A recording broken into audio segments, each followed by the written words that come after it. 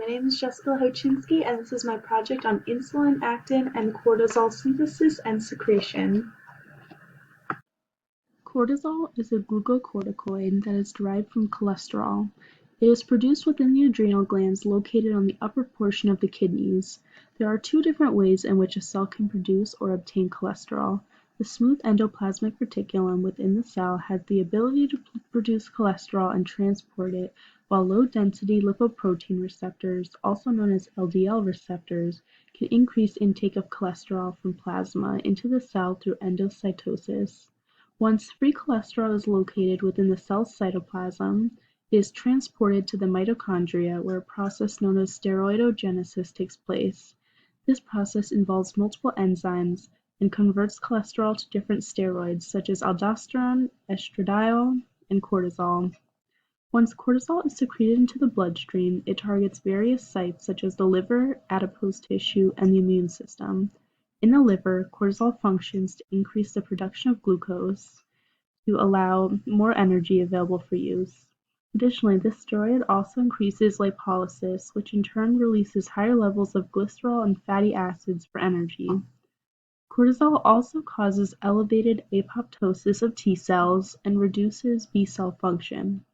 The overall purpose of cortisol is to prepare an organism for a fight or flight response, to increase chances of survival during high-stress situations.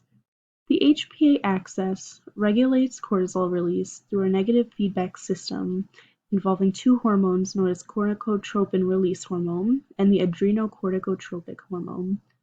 These hormones are produced in the hypothalamus and anterior pituitary gland respectively. Increases in CRH and ACTH cause adrenal cells to increase their volume of smooth endoplasmic reticulum and elevate their HGMR enzyme activity required for steroidogenesis. Additionally, it magnifies the availability of LDL receptors to uptake cholesterol. Because of the negative feedback system, rising levels of cortisol in turn lowers CRH and ACTH effectively, shutting down the production of the glucocorticoid until the next fight or flight response. Insulin is a small secreted protein found within the body that helps maintain and regulate the processes involved in metabolism. This protein is produced within the pancreas and is secreted by its beta cells. The precursor to insulin is a molecule known as proinsulin. Proinsulin is synthesized by the ribosomes located among the rough endoplasmic reticulum. Once synthesized, vesicles transport the molecule to the Golgi apparatus. Here, proinsulin is converted into insulin through processes such as cleavage and folding.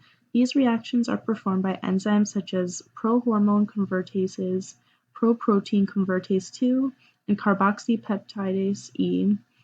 Insulin is then stored in vesicles and is released once an individual consumes food. Upon the consumption of food, increases of glucose within the bloodstream cause these molecules to enter cells through the GLUT2 transporters. Once in the cell, glucose is then processed and causes an influx of calcium into the cells. The changing calcium concentrations then increase the movement of insulin granules to the cell membrane, where the actions of exocytosis allow insulin to enter the bloodstream. Once insulin reaches the bloodstream, it begins to bind to insulin receptors of target cells. Binding to these receptors results in phosphorylation and activation of substrates that recruit glucose transporters, such as the GLUT4, to the plasma membrane to increase glucose uptake into the cell. The main targeted areas of insulin include the liver and adipose tissue, where it initiates pathways responsible for lipid metabolism and protein synthesis. More specifically, insulin secreted by islet cells reaches the liver through secretion into the portal vein and increases glycogen synthesis for energy storage. Glucose concentrations in the bloodstream are regulated by negative feedback. When glucose levels become too high, the release of insulin acts to decrease these levels by increasing its uptake into the cell. On the other hand, when glucose levels become too low, the pancreas releases glucagon, which stimulates the liver to break down glycogen and release more glucose.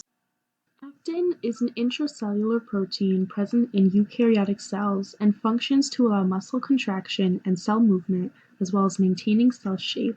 Within the cell, ribosomes are responsible for protein synthesis through translation of mRNA. Protein synthesis then gives rise to G-actin, otherwise known as the monomer of actin filaments.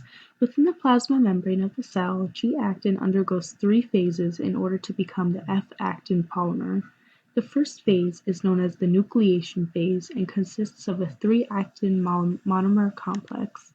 During the second phase, also known as the elongation phase, G-actin monomers are added to each other to form a long-actin polymer, known as F-actin.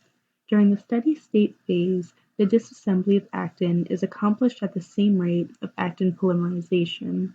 In muscle cells, actin proteins function in muscle contraction by binding to myosin filaments during changes in intracellular calcium concentrations. In other cells, actin filaments bundle together to form networks. These networks are located under the cell cortex and allow the cell to maintain its appropriate shape. Additionally, actin filaments allow cells to alter their shape during processes such as phagocytosis and cell division.